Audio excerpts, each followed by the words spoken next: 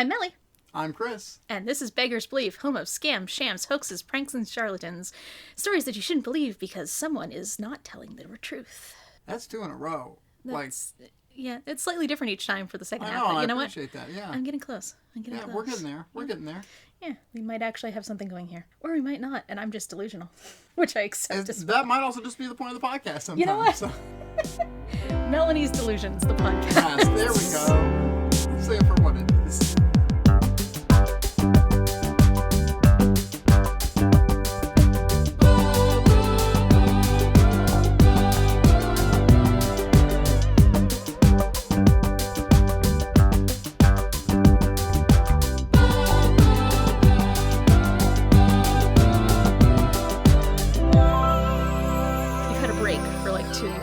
Play too much Let's Pretend. One didn't have any Let's Pretend, and then one you were me. Yeah. So this is going to be back to Let's Pretend. Let's Pretend. I don't have jelly shoes this time. You don't have jelly shoes, okay. No. In fact, it is just turned 1970, so all I don't. You're not quite a little bit too early to have goldfish in your shoes, but you know. Right. Yeah, but you know what? Maybe I was the first person. Yeah, there you Somebody had to do it. So you work at a major publisher named McGraw-Hill. Okay.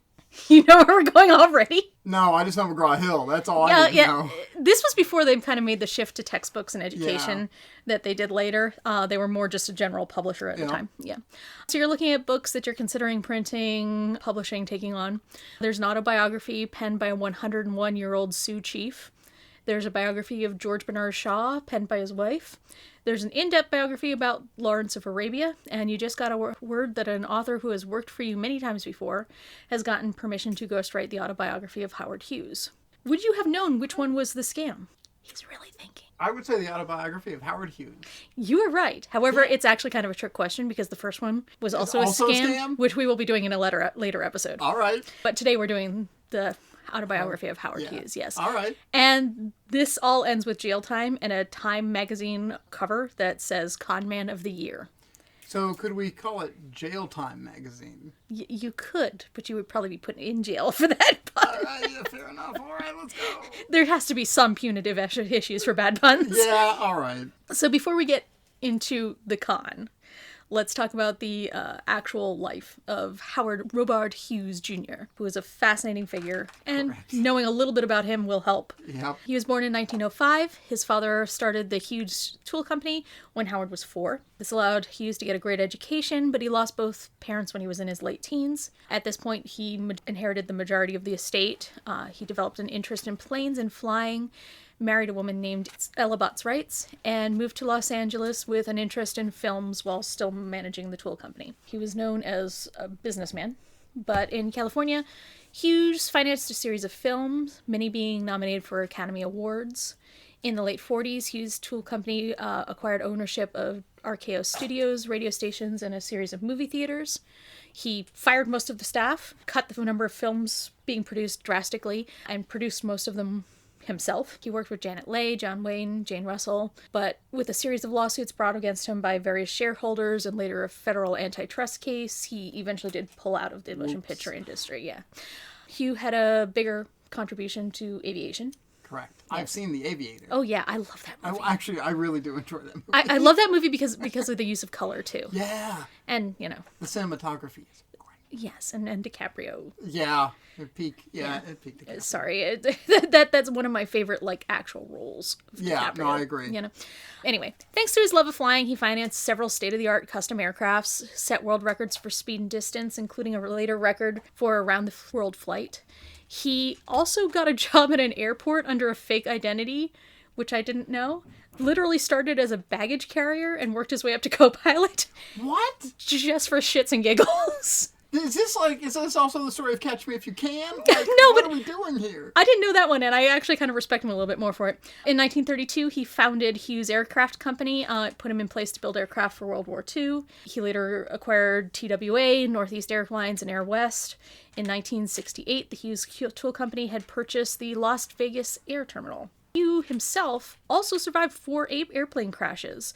Sustained major injuries, and actually beats my family for the number of... I know that record. Meanwhile, Hughes had been buying up property and real estate, a bunch of business maneuvers. After his divorce, he was known to date a lot of famous women. Katharine Hepburn, Joan Crawford, Betty Davis, Ava Gardner, Hedy Lamarr, Ginger Rogers, Gloria Vanderbilt, Mamie Van Doren, just to name a few. Wow, I ran out of fingers. Yeah. Oh, and that was like, that was kind of me pulling my wood list off of the list of people he actually dated.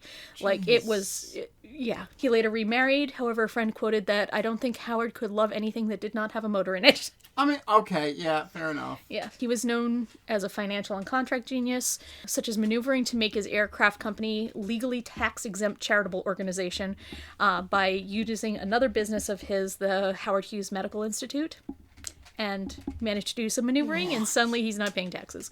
By the late 1960s, Hughes was one of the most wealthy men in America. He also loaned money to Richard Nixon, and it kind of got him tangentially involved in the whole Watergate thing. Yeah, someone's a crook. Well, it's the 60s. A lot of people were.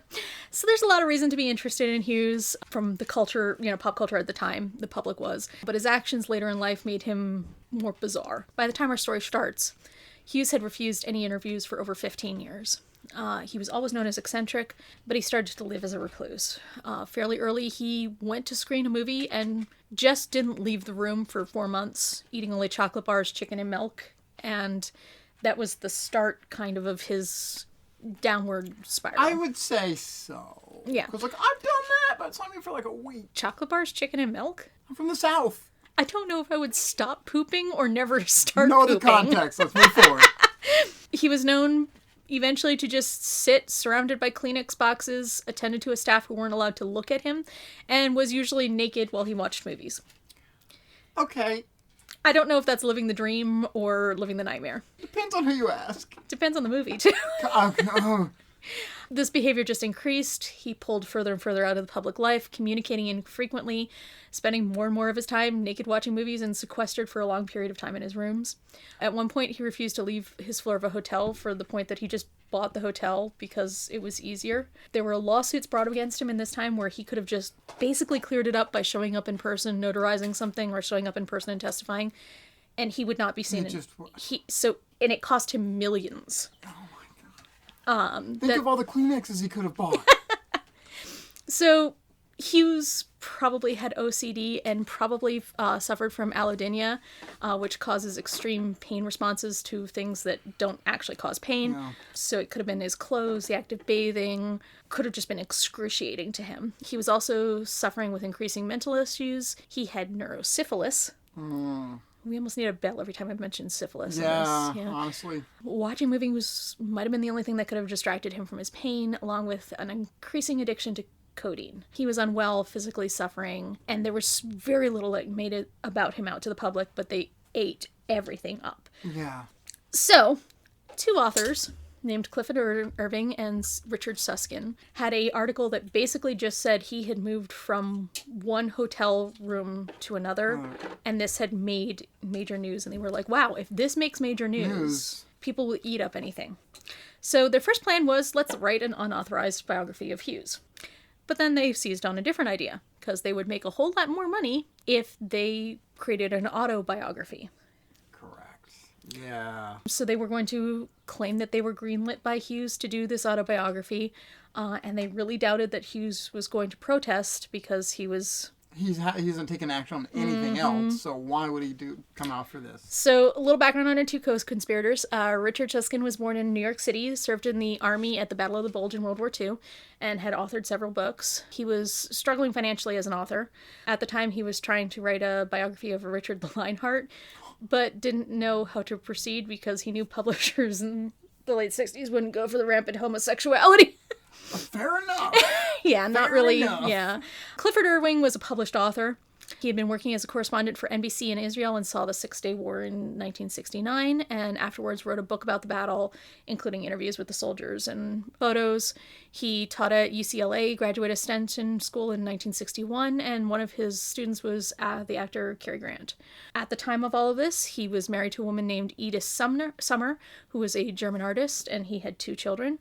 He was also having a fairly highfalutin affair at the time. Yeah. And he also had a pet monkey he won gambling. Of course there's a pet monkey from gambling. Yeah. He was best known at this time because his neighbor, he lived in Ibiza, and which I only know is that place where somebody took a pill in that one song, yeah. His neighbor was Elmer DeHory, who was an art forger.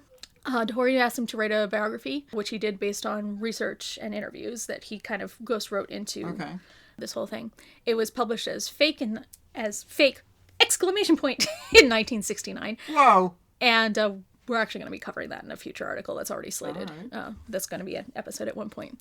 So, off script here, I got some of this from other articles and articles and stuff, but I also read the book that Irving and Suskind wrote about about the hoax.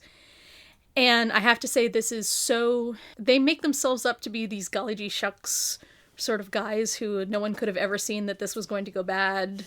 Gee whiz, mister, we were just trying to make a dime. Yeah, and there was also a lot of, like, his wife is less an accessory to the crime and more a fashion accessory. Women are not treated well. It's very 70s. It's very, yeah. So do not, at any given point, even though this was written very much, put him as a favorable light as possible. I seriously doubt it was nearly as favorable as he made it out. So Irving decides he's going to sow the seeds to his publisher, McGraw-Hill, and it was the only publisher he worked with, and it was the only one they considered for this because they knew everyone there. Right. And they knew him because they had published so many of his books. He said he sent a copy of Fake to Howard Hughes and that Howard Hughes had loved it. Now, there's a lot to unpack there when you realize. Yeah. Oh my gosh. So Hughes hadn't been seen in 15 years. Publishers were interested, and when they were very interested in that fact, Irving claimed that they had more correspondence.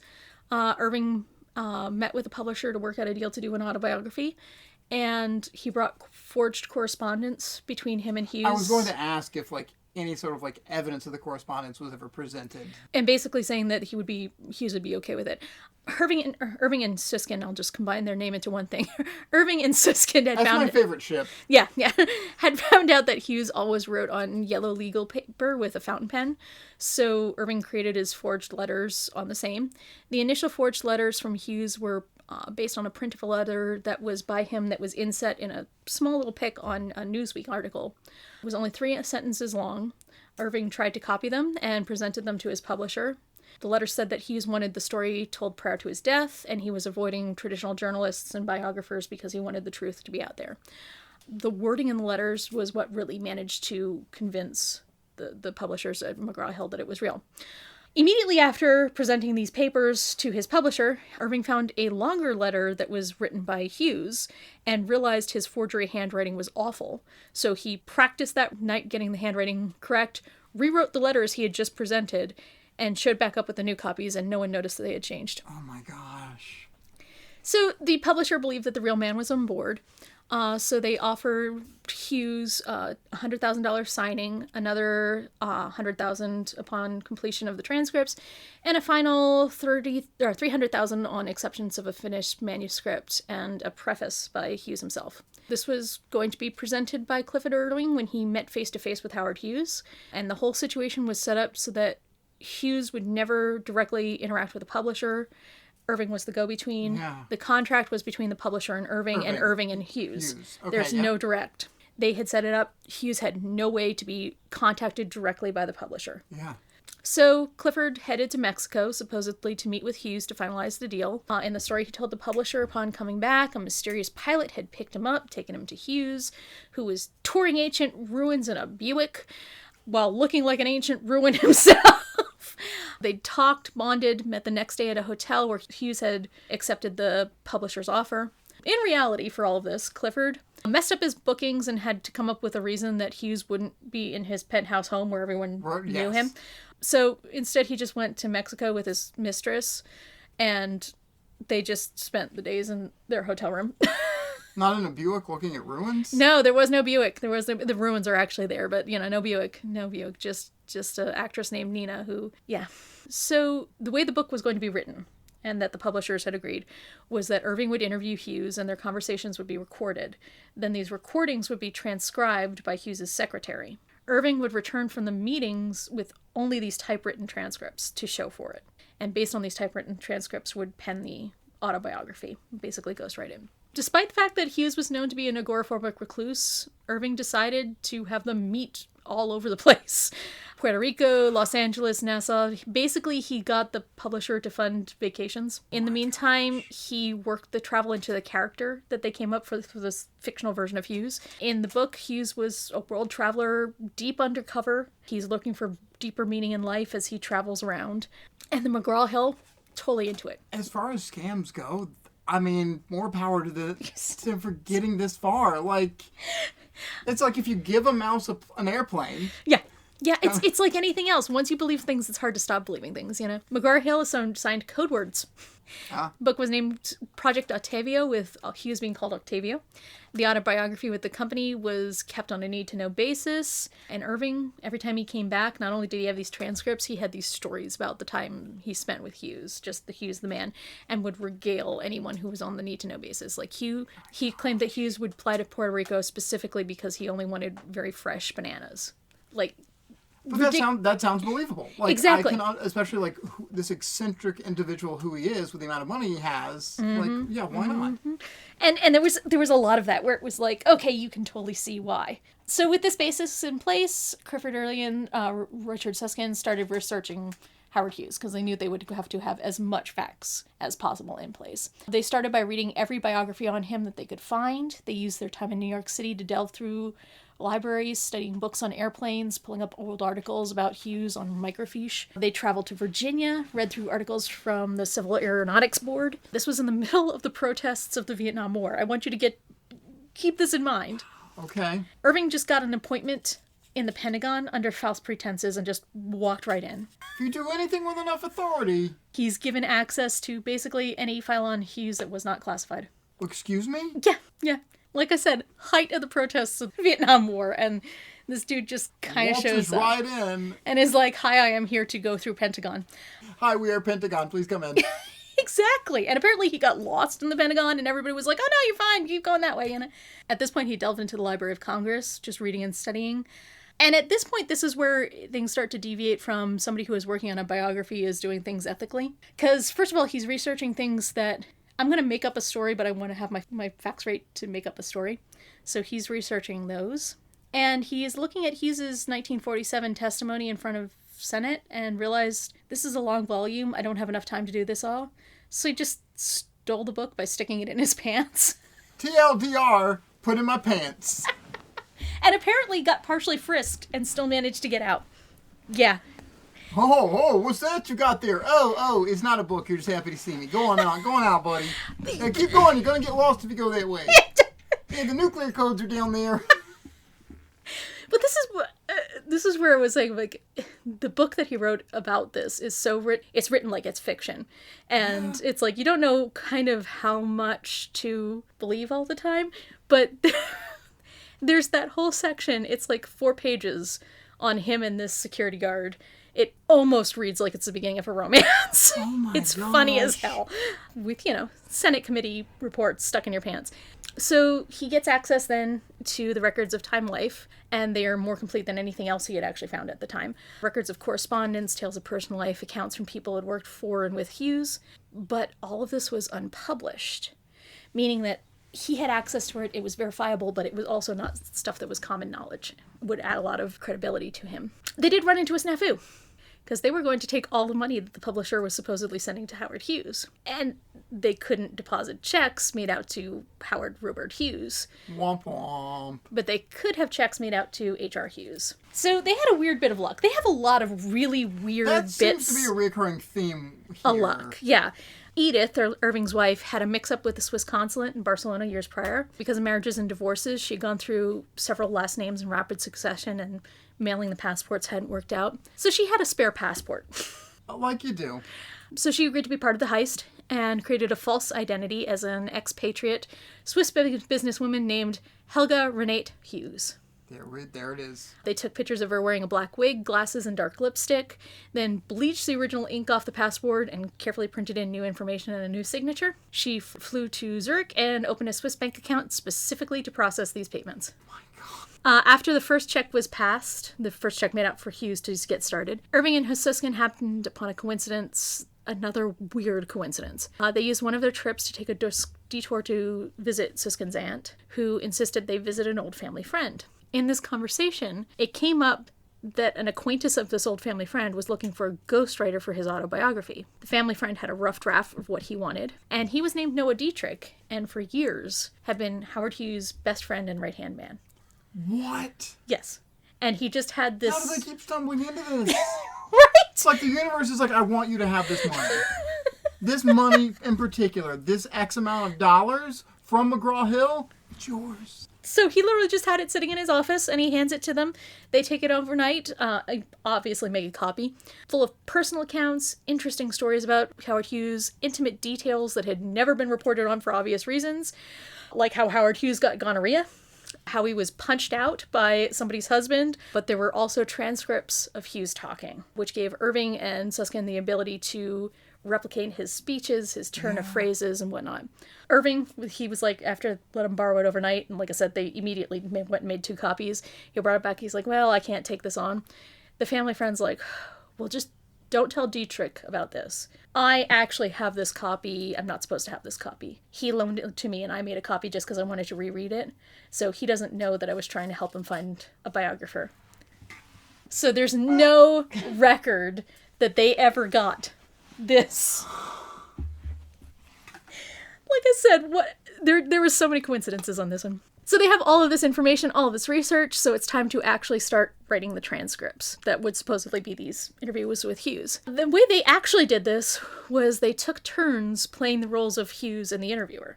So sometimes one of them was Irving, some of them was Hughes, sometimes Suskind was playing Irving, and they recorded themselves, and they just basically did really long-form improv. They expounded on these little snippets that they found in some of the papers. They wove in philosophy. They had this idea of the character of Hughes. Yeah. They wanted him to be this good character, understandable if incredibly eccentric, victim of bizarre life circumstances. As they had the fictional Hughes say, I'm an eccentric and make no bones about it. Eccentricity is a sign of superior intelligence. Ridiculing eccentricity is a sign of inferior intelligence. So they had these on recordings on tape, then they actually typed out the transcripts on a different typewriter than their publisher knew about it, and destroyed the original tapes. Oh my gosh. So they wove in a lot of their research into the story, and like I said, they would have just a little snippet of information, and they would turn it into a multi-page description that was very personal, very flow of consciousness, because they were doing it in this improv section. But they also made up a lot of stuff that totally didn't happen to Hughes at all. Such as, they created the role of an overbearing mother who would be the source of Hughes' germ phobia and sense of isolation. They said that Hughes had traveled through India on like this philosophical trip, developing a love for a country and a disillusionment of the West. There were kind of pop culture stories that Hughes was gay, and they wanted to stop that. So they invented this tale where the then late actor Ramon Navarro sexually assaulted Hughes when he was a young man. And the fictional version of Hughes was said to be very disgusted by the encounter. They wrote about Hughes' time in Ethiopia. He was never in Ethiopia. Hughes was written to be a war hero, flying missions for reconnaissance over France at the behest of Roosevelt himself. They delved into Hughes' famous germ phobia, but they decided that Hughes would have a ranking method for the cleanliness of people, the way that you rank restaurants for cleanliness. Oh my gosh. Clifford Irving would be judged to be a B+. Basically slapping an A on someone, a B. Yes, exactly. They also decided he would be obsessed with organic food and have recently taken up yoga. Clifford cropped photos of little scene photographs and sent them to the publisher, claiming that they were gifts from Hughes. They created a long-term mentor-style friendship between him and Ernest Hemingway.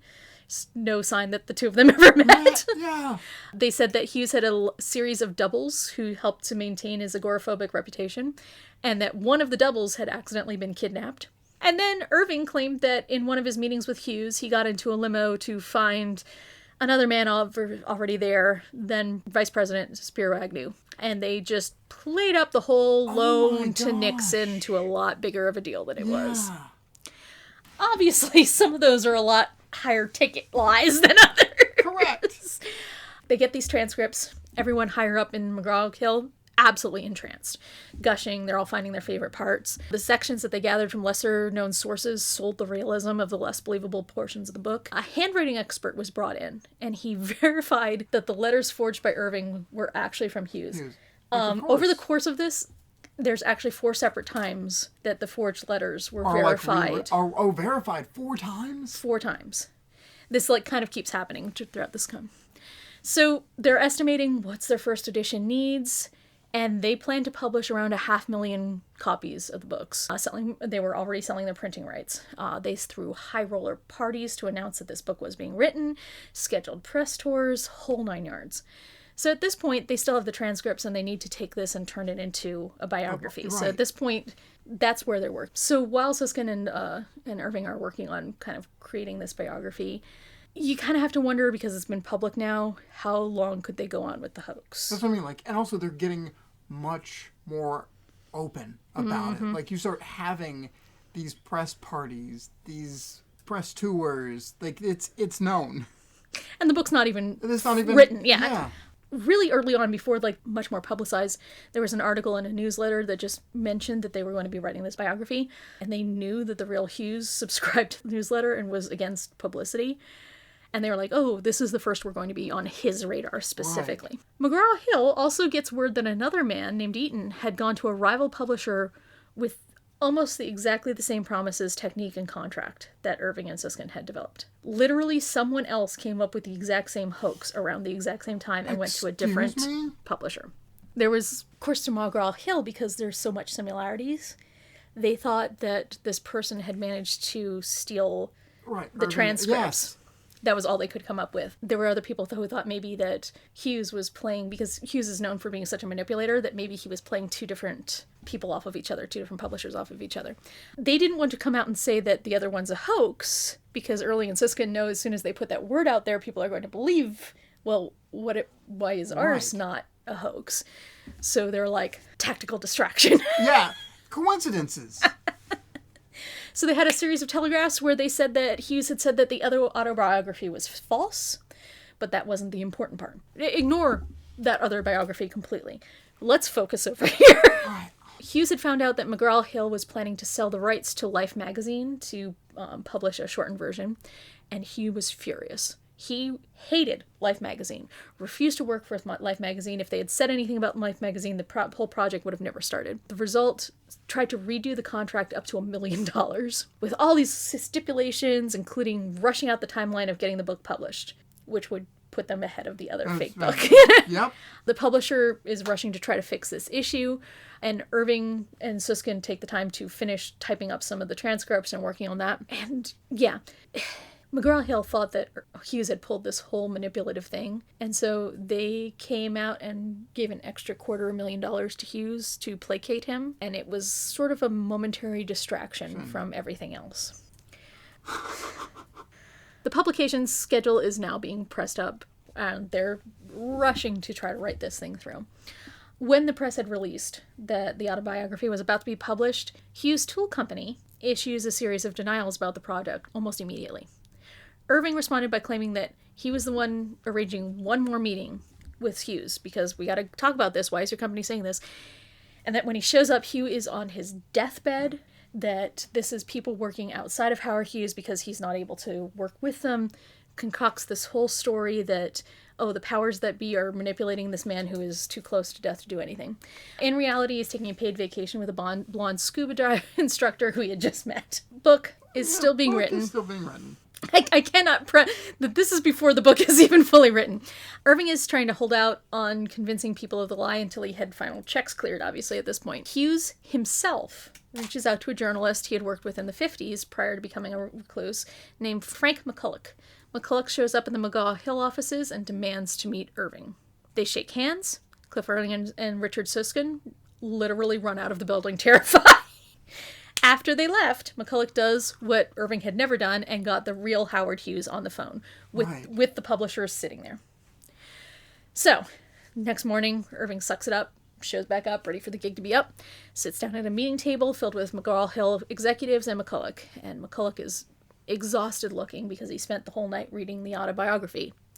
And this is a man who knows Howard Hughes as much as any other living person. And from his reading, he was absolutely convinced that Irving had indeed met and worked with Howard Hughes. Are you kidding me? How does this individual keep tripping face first into the softest, cushiest walk pillows. At some point you feel like you're just watching this guy, like, walking over, like, crackling ice, and, like, somehow, like, nothing's happening. He said, well, a lot of the facts were public knowledge. The language, the idioms of the books could only have come from somebody who had spent time with a billionaire. They end up talking, and he's like, so how's he doing these days? And Irving completely talks about, and he's like, oh yeah, he was already starting to have that problem. I haven't seen him in, 15 years, but he was already starting to have that project. Oh, does he still have this? Completely believes him. So the question is, how the heck had this phone call happened? Because Hughes had on the phone denied ever working with or meeting Irving. So Irving convinces everyone, including McCulloch, that the man he had talked to was an impersonator hired by the people who are controlling Howard Hughes. To have also this amount of, I won't even call it charisma, just the sheer audacity to take it to this extent. It's like, this must be true. Yeah, he's just rolling 20s. He's rolling 20s. How? So at this point, an attorney acting in Hughes's interest came up, denied that the autobiography was real. Irving calls his bluff, saying that he's protecting his own interests because the contracts explicitly write him out of any financial benefit from this autobiography. So he got real ballsy and he says, well, if you really believe that, we'll both go and get a lie detector test. And the publishers at McGraw and Life magazine were like, great idea. And they arranged one. Somehow Irving got through with inconclusive results. What? At this point, Edith flies out, cashes the last check. They hid away some paper money and invested the rest under another bank account that was under another fake name in Switzerland. And when they got back, Howard Hughes called the first press conference in over 15 years. The reports were actually televised. Hughes on the phone, though, and he's denying ever meeting Irving. That's the only purpose of this press conference. Irving still had believers because he goes, yeah, that's the sound alike that they're hiring. That's not the real Hughes. Maybe that's what Hughes sounded like when he was younger and well, but now his voice is so weak and, Instead, McGraw-Hill publicly announced they had a wealth of details, documents, and evidence that the autobiography was real. The discussion of whether the book was real or not was so popular it made headlines over the Vietnam War. They scheduled Irving to appear as a guest on CBS's 60 Minutes. Oh my gosh! Which, in late 60s, early 70s, that's the biggest show ever. Mm-hmm. The date of the publication was kind of coming up. They're still working on finishing up the books, and this fleet of lawyers for everyone just descends on the scene. And that's when things finally kind of stumble out of control. So, whoops, how do we handle this? Suskind and Irving were asked to sign affidavits, and they start putting out nitpicky details. So Suskind and Irving, neither of which live in the United States anymore, both decide it's time to go home to their international. Yeah. So they're going home to Spain and Ibiza, and let's just run away. I left the oven on. Exactly. Be back in a little while. Police at this point are working with Howard Hughes's private security force, not just in the United States, but in Switzerland and in Ibiza and everything. They tracked down the Swiss bank account, found out that the person running it was definitely not Hughes, but a woman. Despite Edith using a disguise, they actually had a fairly accurate description of her. Meanwhile, real Howard Hughes is filling out affidavits that he had never met Irving and that the autobiography was fake. He added his fingerprints to the affidavit to verify his identity. So McGraw-Hill took the forged letters that they had in their possession and sent them out for fingerprinting, and there are no fingerprints on it, but they were like, oh, too many people have handled these. Why didn't we keep these, pressed in glass? Right. They still believe him. Meanwhile, in Ibiza, where Irving worked, people who were probably hired by either journalists or Hughes broke into his house and ransacked it. Edith was being threatened and followed around while she had her kids, so they decided to return to New York City. At this point, the district attorney, United States attorney, and the United States postal inspectors were investigating the case. They interviewed him relentlessly, and Irving when the USPS gets involved, you've gone too far. Well, that's some of this evidence is actually at the Postal Museum in Washington D.C., which I think is fascinating. The Postal Museum, I swear, they have the weirdest, most random stuff. I love that museum. All right, that's future trip. Future trip. Yeah, Irving realized at this point is no matter how he spun the tale, fraud had been convicted. He was trying to get Edith out of it, then he was trying to lesser the offense for Edith. It just doesn't work. Edith is facing extradition to Switzerland and fraud charges in the United States. His kids are freaking out. Finally, he just breaks. There it is. Tells the lawyers. Tells the truth to his lawyers. Lawyers go into damage control, and everything kind of falls apart. Details are being picked out. Stamps on car rentals aren't matching up. Bookings in hotels aren't matching up. He's describing the number of seats on an airplane and it's incorrect. Little things like that are adding up on the outside. But one of the biggest pieces of evidence was from Irving's mistress, who had willingly testified that she'd been with Irving in the times that he claimed he was meeting with Hughes, and she totally just embraces the publicity to advance her acting career. Appears on all sorts of television shows. And the funny thing is, like, Irving in the book is just totally shocked that she would do this. Yeah. Like I said, it's he doesn't have, he's dead now, but he didn't have. Me. I tried to commit a fraud and I didn't get away with it. Wah. One of Irving's other affairs with the scuba diver is dug up by reporters. Edith has a total breakdown and ends up clocking Irving out cold in a lawyer's office. Good job. Honestly, good on her. Irving and Suskind actually stood together. They had hoped that they would turn against each other and they didn't. And that's probably the only thing I can say in their favor is friendship. So then you had two people going, wah, wah. Exactly. We tried to commit fraud. Wah, wah. And they actually tried to take a plea deal to keep Edith out of prison. It didn't really work, but they tried. Time magazine has Irving on the cover. Like I said, con man of the year. Both the United States and Swiss governments blocked access to any bank accounts they had. They had no access to money. Prosecution, their biggest thing when they start going into this, even though he's admitting to doing it, they did not believe that he hadn't worked with an outside forger. Yeah. Because they were like, this is too well done. And like I said, it passed 4. Right. So in the court, they had him write out a letter in Hughes' handwriting. And they were just kind of astounded. One of those letters actually ended up framed outside the U.S. courthouse building. Oh my gosh. And I believe that's one of the ones that's in the Postal Museum. Don't quote me on that one. All right. We'll have to go see for ourselves. Yeah, I'm good with that. We can also see the Hope Diamond Dweller there. Correct. Yeah. So Clifford Irving pled guilty, was sentenced to 2.5 years. He owed over $1.5 million to his publisher, the IRS, and his lawyers. Irving declared bankruptcy, obviously, in 1972, and he was paroled out in 1974. Richard Suskind was sentenced to 6 months in jail. Edith spent 2 months in prison in the United States, then 2 years in a Swiss jail before she was paroled as well in 1974, and they divorced sometimes afterwards, but I couldn't actually... I'm so shocked. Yeah, I know. Wow. That just... When you will commit international fraud, but, like, you're lying about your mistress, it's kind of... I guess, yeah. Yeah. McGraw-Hill wouldn't touch the autobiography, obviously, after that. In 1977, Irving did publish a book titled Project Octavio, which outlined the story of how the hoax came to be. It was later re-released under the name The Hoax, which was in conjunction to a movie loosely based on the story, where Irving is played by Richard Gere and Suskind is played by Alfred Molino. I need to look up. I've never heard of this. I hadn't either. Especially because I love both those actors. How have I not? The funny thing is, when I ordered this, I had gone in for the original one off of Interlibrary Loan, and they sent me the re-release. Yeah. And it has Richard Gere on the cover, and I went to pick this up, and I'm like, what? Why is Richard Gere here?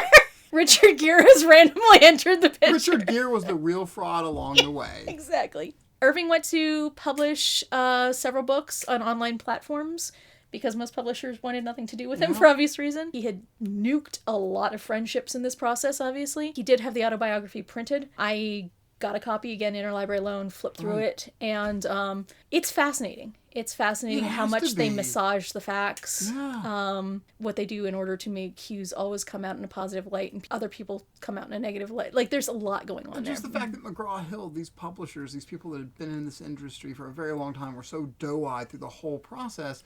And I can understand why, though. Like, again, it's the prospect of, this is Howard Hughes.